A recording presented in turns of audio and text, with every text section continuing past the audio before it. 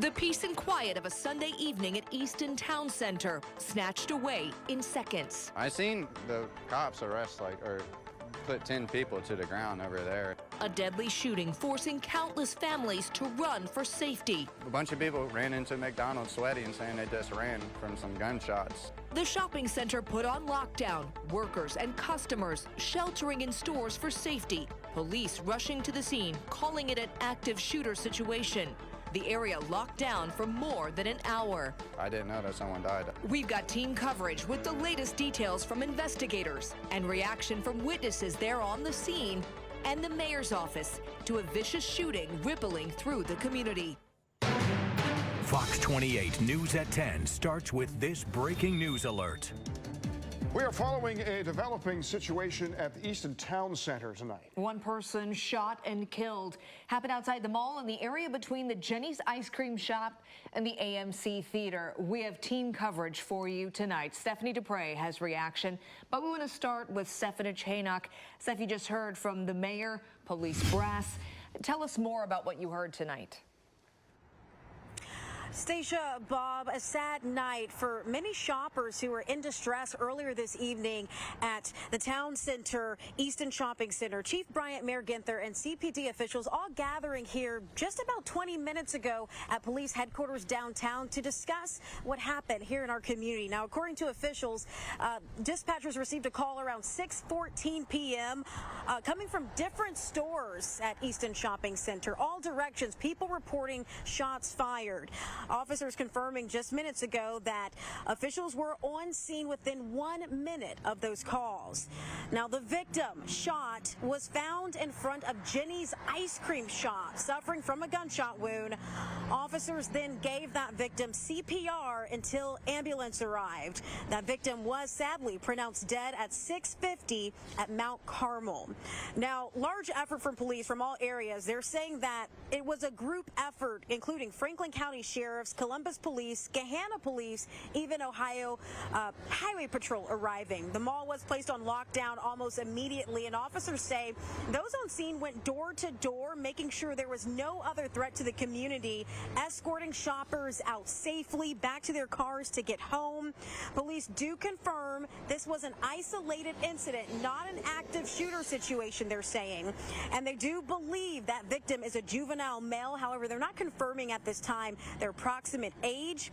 A number of people detained. A number of those people were juveniles under the age of 18 years old. Right now, no one arrested. Here's what was said at the press conference just minutes ago.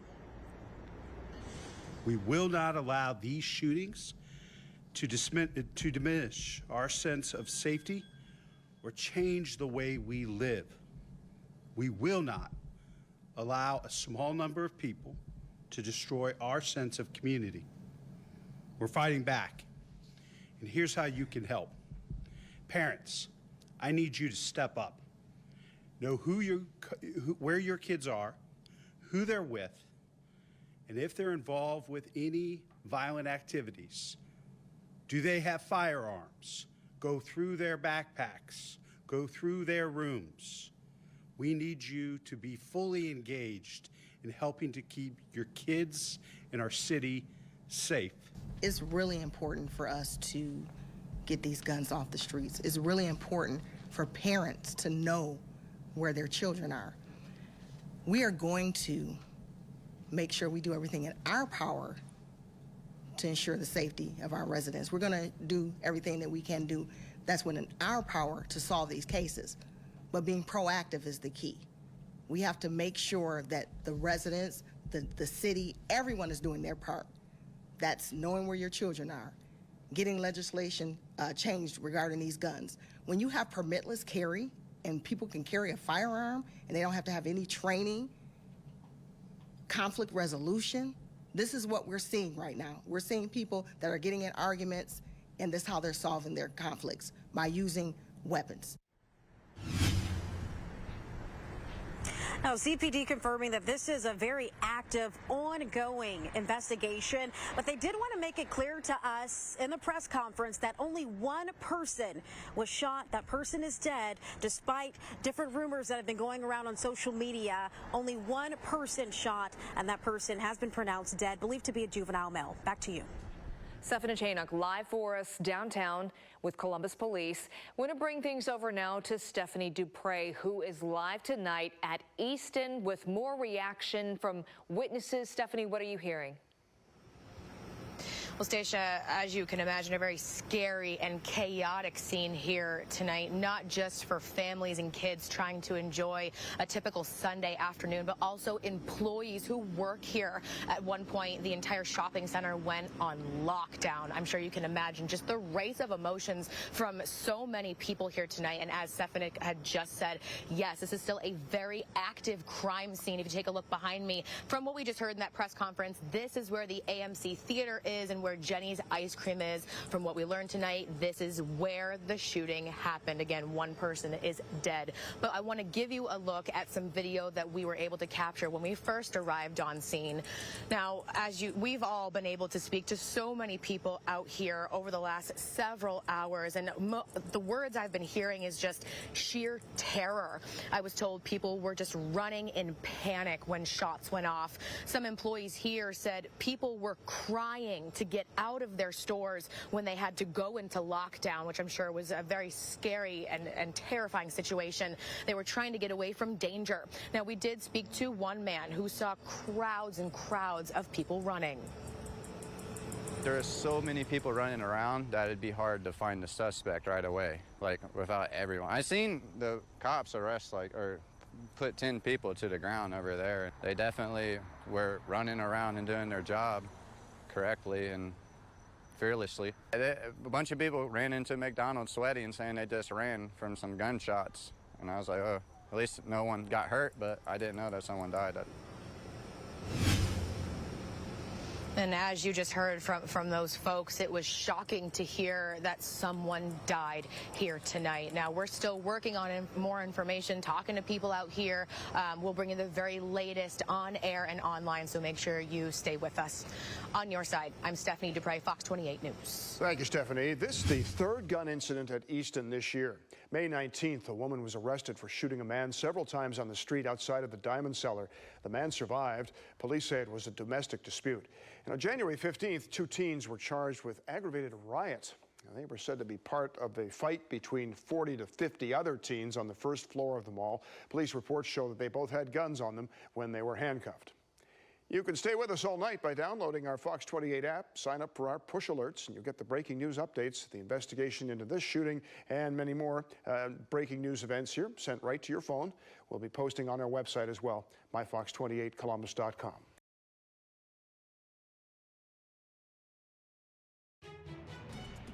Because you saw that cop, he was airborne, like enough that he was higher than the cars that was right here on the road.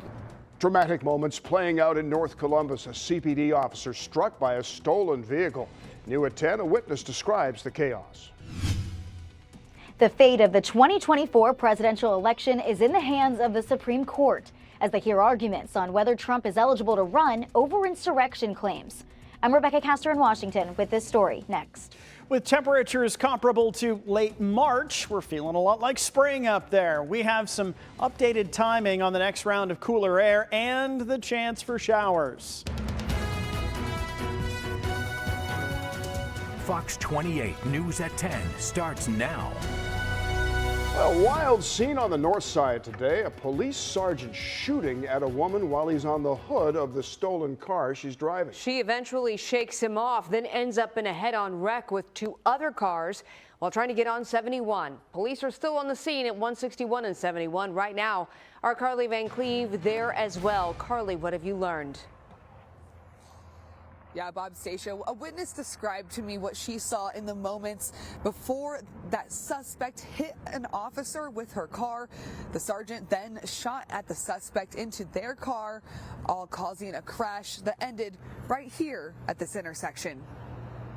I was at the Shell at the Sinclair 161 pumping my gas, and she pulled up on the side of the car, asked me for a cigarette. Witnesses describing the moments before a woman hit a police officer with her car. And I see the cop fly up in the air, and then next thing you know, you just heard pop, pop, pop, pop, pop, pop. It all started when someone called 911 saying they'd just seen their stolen 2015 Toyota Camry driving on 161. Police tell us the woman took off when they first tried to stop her, then watched her go from a Sheetz parking lot across the street to a shopping center's empty parking lot, where she was making some unusual moves in the car. At one point, the vehicle was backing up and then abruptly drives forward in an aggressive manner and strikes one of our sergeants. That's when she hit the Columbus police sergeant and kept driving with him on the hood of the car. He got off a few rounds, hitting the woman behind the wheel before he was knocked off. The vehicle drives through the grass, the median area, back out to East Dublin Granville Road, at which time the sergeant falls off of the vehicle. But she continued to drive, going east in the westbound lanes. She hit two cars head on, police say, trying to get on the northbound ramp to 71. She was seriously hurt. The people in the other cars are okay. Anytime an officer has to pull the trigger in a line of duty is a tragedy. Brian Steele with the Fraternal Order of Police says he visited the officer at the hospital and he's in pretty bad shape. I ask everybody to just reserve their judgment until we find out what happened and just keep the officer in your thoughts and prayers and the individual that was also shot. Well, because this is an officer-involved shooting, the Ohio Bureau of Criminal Investigations will be taking over from here. The sergeant, though, is in the hospital tonight and is expected to be okay. We'll be sure to keep everyone updated as we learn more, too. For now, reporting live, I'm Carly Van Cleve, Fox 28 News. Carly, thank you so much. Now, folks, I want to give you some more perspective on where and how all of this happened. So police spot the car here. Then we move right by Beechcroft High around 3:30. The driver takes off and is eventually found a few miles away at the Sheetz on 161 near 71. You can see the Sheetz marked here on the map right here. The scene then moves over here to Huntley Square, where there is the confrontation. So you see right here, that's where the confrontation happens with the sergeant. Less than half a mile later, the head-on collision and arrest. So a wild scene there. This is a story you'll want to keep up with. Download our Fox 28 app. We'll send breaking news updates straight to your phone. Just search Fox 28 Columbus in your app store. And a scene to rival it today in Philadelphia with another officer-involved shooting. Two officers, in fact, shot there, and then a house fire started. It started this afternoon when an 11-year-old girl called police saying that she'd been shot. Officers responded, and they were met with gunfire. And then the house was set on fire. The area was evacuated, but crews couldn't put out the flames because someone was still inside shooting. We don't know who was in the house. We don't know who the shooter was. We don't know how many people are in there. We don't know their status. We don't know if they're alive. Police officers right now are making sure that that scene is secure. The gunfire has stopped. I just left that scene. Some of us, the chiefs, did as well. The house was still on fire, so we weren't able to make entry yet. Now, what we know now is that the attorney saying both officers are in the hospital and are doing fine. As many as 6 people lived in the home. They're still missing. Investigators think they may not have made it out. All right, Chief Meteorologist Marcia McPeak joining us now. Another really pleasant night before another pleasant day tomorrow. I think we've got a couple of nice days still on the way. It's going to be warmer than average, but there's also some rain in the forecast. So tonight, we're still going to have mild temperatures. Now, the chance for frost is minimal, even in rural areas, because we're going to be above freezing for most of the region. So with clouds tonight, a little bit more of a breeze, we're likely to avoid that chance for frost. The cloud blanket means we get some milder temperatures because we're holding in that heat. Your day tomorrow, cloudy, windy, and warm again. Tonight, right now, it's still 45 degrees here in Columbus. Columbus. Athens is down to the freezing mark, and it's below freezing in Cambridge. You've had a little more clearing in these eastern and southeastern parts of the state. That's why you're a little bit colder there. We've had more clouds in the central and western parts of Ohio. More of those clouds are going to move in during the night tonight, so this is going to become a mostly cloudy night. And again, that cloud blanket should actually be very helpful for us. So that's why we're less likely to have that chance for frost in the morning. But your roads will be dry. Not expecting any issues for the morning commute weather-wise. You'll have mild conditions. You'll still want the winter coat in the morning, but in the afternoon, it's going to warm up and be pretty pleasant. So overnight tonight, still going to be chilly, but not as cold as last night. Last night, most of the region was in the upper 20s or colder. Tonight, we're only going to drop to around 35 degrees or so. So the central city stays above freezing, and by 9 o'clock, we're back up to 40. It's going to feel like spring again tomorrow. I'll show you how long that warming trend is likely to continue and when we've got a chance for rain coming up in a few minutes. Marshall, thank you. Accused kidnapper Nala Jackson entering a guilty plea in federal court today. In December of 2022, she stole a car with twin babies inside. One of them was found in Dayton the next day, the other in Indianapolis a couple of days later. Because it happened in federal court, no cameras were allowed inside. Jackson admitted to snatching the two children and pleaded guilty to both counts of kidnapping of a minor. But she never said in court exactly why she did it, nor did a judge ask. Prosecutors offered her the minimum sentence of 20 years.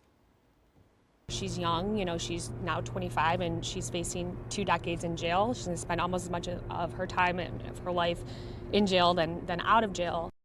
Jackson's attorneys say she's suffered from mental illness, but the judge determined she was competent today and at the time of the crimes.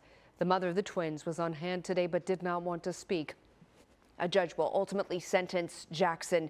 That hearing has not been scheduled yet. Jason Meade testifies in his own defense for the second straight day in his murder trial. The former Franklin County Sheriff's deputy charged with murdering Casey Goodson Jr. in December of 2020. Meade was cross-examined for 4 hours. He was asked why he resorted to shooting Goodson, whom he claims was waving a gun at him, rather than take cover. He says he shot Goodson after he refused to comply with 2 orders to drop the gun. This is a matter of moments that I have to make this decision in a matter of moments. He has a gun in his hand and he's going to a place I don't know. Are there any trees anywhere in that angle for cover? No, sir. Were you trying to take cover then? No. Were you trying to get him to comply? Yes. We got to go. A CPD officer also at the scene testifying that officers are trained to stop gun threats by firing their own weapon. Goodson's family says he was carrying a bag of sub sandwiches and keys and had headphones on so he couldn't hear Meade. The jury could get this case by the end of the week.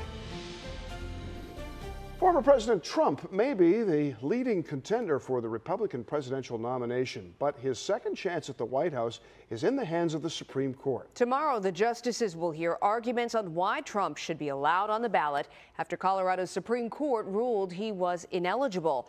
Fox News correspondent Rebecca Castor joins us from Washington, D.C. with the latest. Thursday, the fate of the 2024 presidential election comes to the steps of the highest court in the land as justices hear Donald Trump's appeal of a Colorado ruling declaring him ineligible to run. They claim Donald Trump is a danger to democracy and should not be on the ballot. The real threat to democracy is denying American citizens the right to vote for the candidate of their choice. Colorado's Supreme Court kicked Trump off their ballot after ruling he did engage in insurrection on January 6, 2021. The 14th Amendment prevents insurrectionists from holding federal office. But the question is whether it applies specifically to the president and his conduct in office. I think that our U.S. Constitution, which is our democracy, is at stake. We either abide by the terms of the Constitution or we do not. And I think that's what the justices will have to decide. What happened at our Capitol was not good, but President Trump did not make these people do this, and he sure wasn't engaged in it himself. A ruling will take days or weeks. Partisan officials cannot simply declare him guilty of insurrection without due process. The Supreme Court will see it for what it is, and I think it will be unanimous. This case could be just the first of Trump-related appeals to reach the Supreme Court this election year, as he faces 4 criminal trials, including one over alleged 2020 election interference. In Washington, Rebecca Castor, Fox News. Breaking news out of the West Side now. Another police chase, and this one started out of an armed robbery in the past half hour at Franklin Heights High School. Officers went after the suspects all over the hilltop. Eventually, this ended on Wedgwood Drive near Eakin Road, and 3 arrests were made. Coming up tonight, Columbus City Schools implementing a new task force at 10:16. How they plan to make the best use of the district's facilities. And with nowhere left to turn, a bookstore owner turns to Fox 28 for help. In 4 minutes, why he says the city's water department is to blame for damage on his property, totaling more than $20,000. Well, we're not setting any records tomorrow. Didn't today either, but it is really nice out there. We had 55 degrees in Columbus this afternoon. Record for today is 62. That was set in 2019. We're going to see how close we can get to the next records coming up.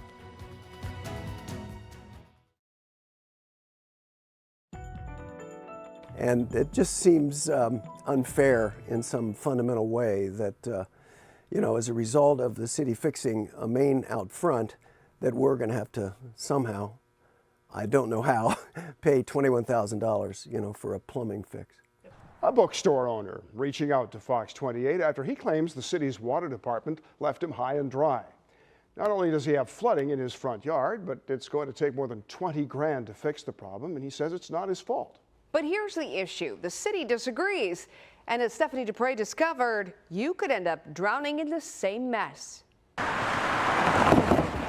When the water department came out and looked at this pond in our front yard, they just left, we weren't here, it was early in the morning, but they just left a notice basically saying, this leak is on your line and you have to fix it. Hoffman Books sits right here along North High Street. Ed Hoffman and his wife have run the business at this location for about 20 years. They never imagined a story like this would come to life. Our challenge at this point is just to figure out, if this is entirely on us and how we're going to pay for that fix. About a week ago, a city water line burst, literally right out in front of the store. The Columbus City Water Department says crews shut off the water to fix the issue. When they flipped it back on, Hoffman says that's when the problem started. And this is where they did their repair. I reached out to the City Water Department for answers. I was told Hoffman's line is private and it's made of galvanized steel, making it prone to cracks and leaks. The city says because the line is older, it couldn't handle the pressure. Administrators say any damage to the line would be Hoffman's responsibility regardless. Unfortunately for Hoffman, he doesn't have insurance on it. That there are some cities that will allow customers of the water department to opt in for insurance of that type, but Columbus isn't one of them. Hoffman holding out hope the city will work with him on the situation, saving him thousands of dollars in repair costs. He does have a bit of a warning, though, for others. To investigate and find out if you have insurance or if that kind of insurance is available. I'm Stephanie Dupre, Fox 28 News. Well, we started looking into this after the viewer reached out to us. If you have an issue in your neighborhood you'd like us to look into, just call our tip line at 614-512-4993. CCS Superintendent Dr. Angela Chapman launching a new community task force aimed at making the best use of the district's facilities. The group will have a number of responsibilities. The main focus includes identifying buildings for closure or consolidation. Last year, prior to the passage of the latest CCS levy, we spoke with those concerned about the low utilization rate of some district property. At the time, board member Jennifer Adair told us selling school buildings would not be the first option. This isn't just about a checkbook problem. This isn't about that. This isn't about just, let's throw them together to save a few bucks. This is about the future and education of our students. And if we don't do this right, it will actually harm us in the future. Adair also told us the district would look to consolidate as CCS hopes to build 5 new school buildings in the near future. The Community Facilities Task Force has their first meeting set for next week. They're expected to have a full list of recommendations by June of this year. Just head to our website for a full look at the members, as well as an outline of their plans for the months ahead. Breaking news, another daffodil sighting at Stately Kendrick Manor. Really? Very nice. Every year it seems you look and they come up and you go, no, this is way too early. It feels way early. And every year it gets earlier. We had the crocus already show up, and so some of those are starting to peek up through the mulch and even flower.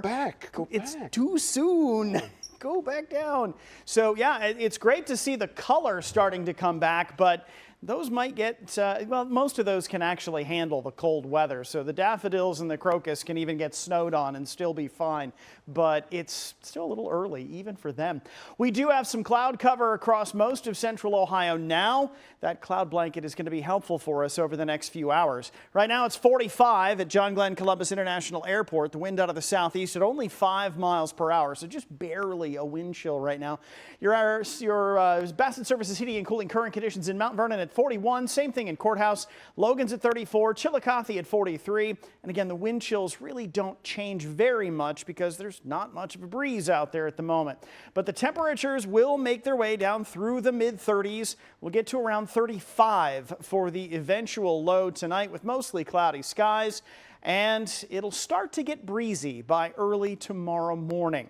Not expecting frost across most of central Ohio. Here's your joke for tonight. This one comes from Sean. Space question. Why did the cow go to space?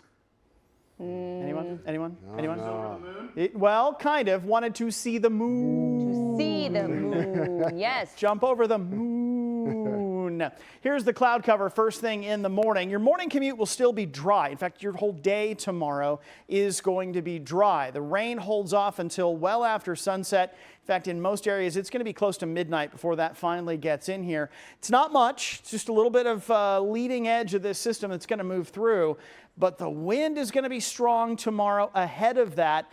And that's going to help boost our temperatures up a whole bunch as well. On Friday, still plenty of clouds and an occasional shower will be possible, especially in the early part of the day, but even warmer by then. So at school tomorrow, plan on your winter coat in the morning, 36 degrees when you're headed out the door. For the afternoon, you're going to be in the mid to upper 50s. You're likely to end up with recess outside because I think you're going to be dry for most of the day, even though we'll have a bunch of clouds. And then we get even warmer on Friday with a high near 61 degrees, still in that range on Saturday. So is that going to break any records? Not likely, because our record on Thursday is about 72 degrees. So February 8th, Columbus is warmest. February 8th was 72 in 1937. On Friday, the record high is 72 again.